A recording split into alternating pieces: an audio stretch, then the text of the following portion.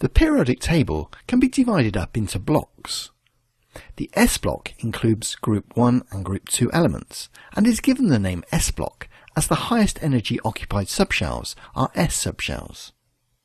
Similarly, the P block is here and the D block is here.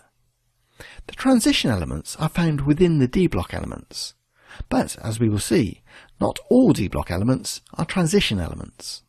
We will focus on the D block elements of period 4. Let's look at the electron configurations of these elements. We will use the chemical symbol of argon in brackets to represent the electron configuration of the first 18 electrons. We will start with scandium, which has an atomic number of 21. And so we need to add a further 3 electrons onto the argon electron configuration. If we remember, the 4s subshell is lower in energy than the 3d, and this fills first.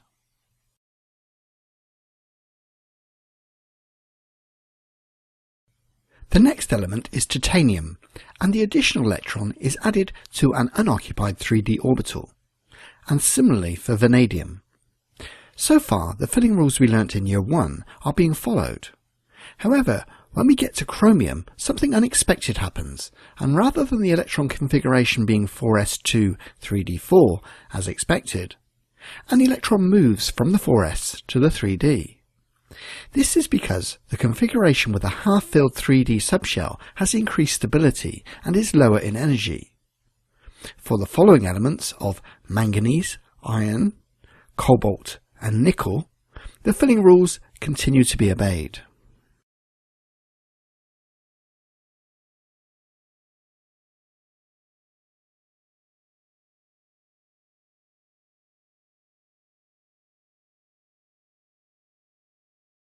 When we reach copper, however, we see something unexpected again. Rather than being 4s2 3d9 as expected, an electron moves from a 4s orbital to give a full complement of electrons in the 3d subshell. Once again, this happens because of the increased stability of a full 3d subshell. For zinc, all the 4s and 3d subshells are full of electrons.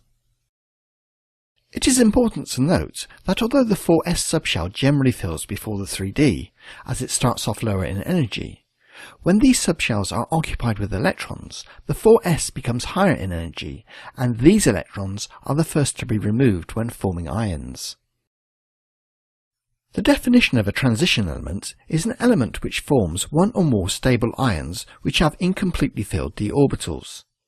On this basis, scandium and zinc are not transition metals, since scandium only forms 3+ ions and zinc only forms 2+ ions.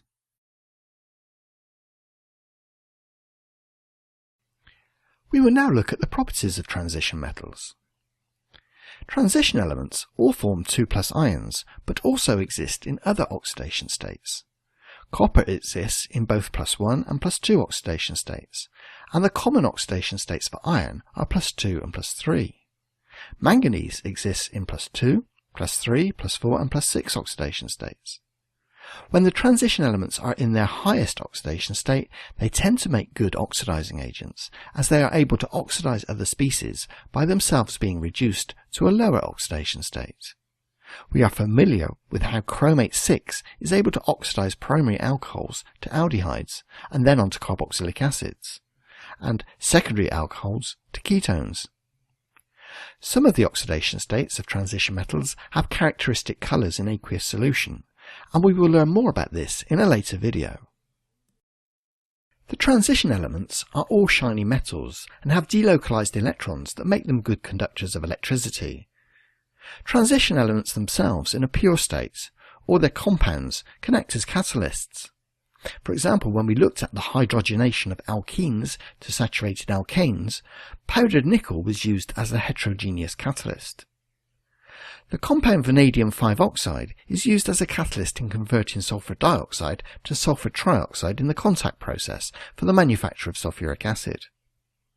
We also saw how iron metal was used in the Haber process to manufacture ammonia from hydrogen and nitrogen. Catalysts speed up reactions but are not themselves consumed.